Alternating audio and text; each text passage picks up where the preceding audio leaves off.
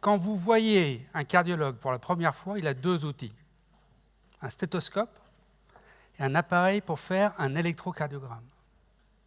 Ces 2 outils vont disparaître rapidement. Ils disparaissent déjà. Et on va avoir un outil commun, vous, patients, nous, cardiologues, qui est celui que vous avez dans votre poche. On a tous ça. Qui est un téléphone portable, un peu sophistiqué. Et imaginez-vous dans 10 ans, au même endroit, à l'Odéon, 10e édition de S3. Vous avez des palpitations, on vous aura appris, palpitations, j'ai ce téléphone, cette petite coque particulière, 2 électrodes au dos, je mets les pouces sur les électrodes, j'enregistre mon électrocardiogramme. Et là, vous avez un tracé d'arythmie.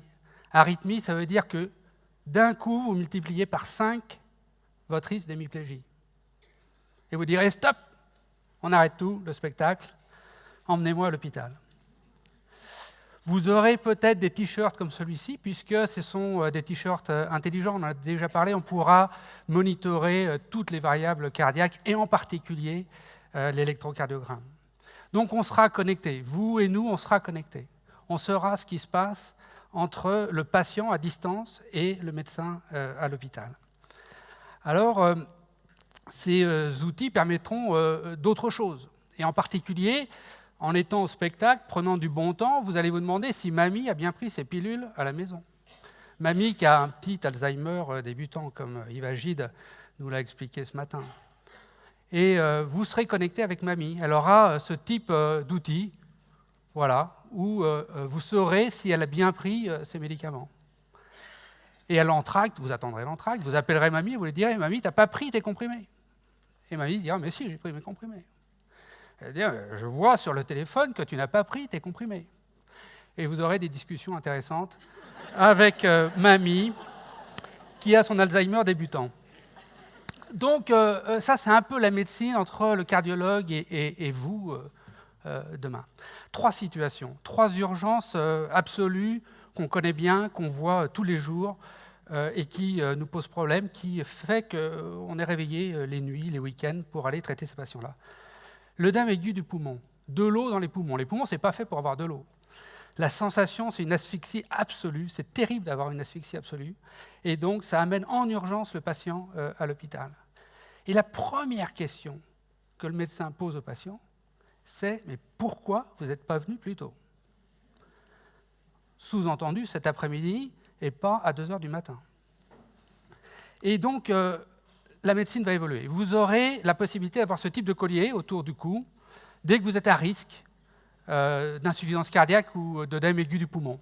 Et ce collier, pas très joli, va enregistrer toutes les variables cardiaques, y compris le débit cardiaque. Et la baisse du débit cardiaque, c'est le signe de l'insuffisance cardiaque. Et donc, avant même que vous ayez l'œdème aigu du poumon, le médecin sera informé. Ça va tout changer. On saura que vous allez faire un événement.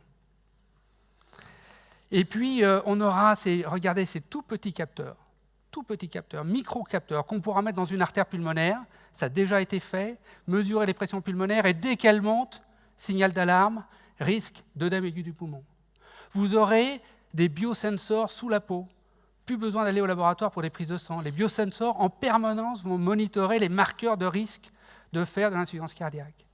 Et donc, à distance, vous aurez un cardiologue à l'hôpital, dans un fauteuil, en train de regarder les écrans, et lorsqu'il verra un signal rouge s'allumer, il appellera le patient et lui dira « Vous, je veux vous voir ».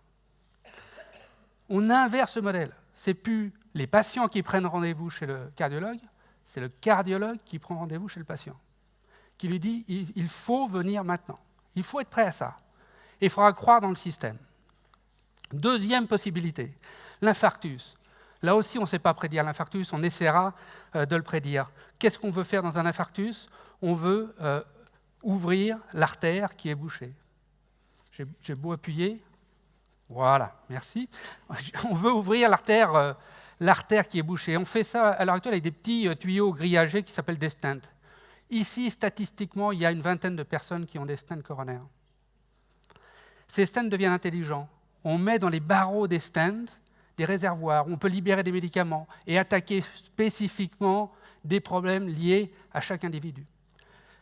Mais le nec plus ultra, c'est que ce stent, il est là pour toujours, métallique, une pièce de métal dans une artère coronaire de 3 mm de diamètre. Eh bien, on pourra faire disparaître ces stents, comme par magie. Vous avez la preuve ici. Les points blancs au milieu, c'est les barreaux du stent. 1 an plus tard, le stent n'est plus visible. Il était absorbé. Retour ad integrum de l'artère.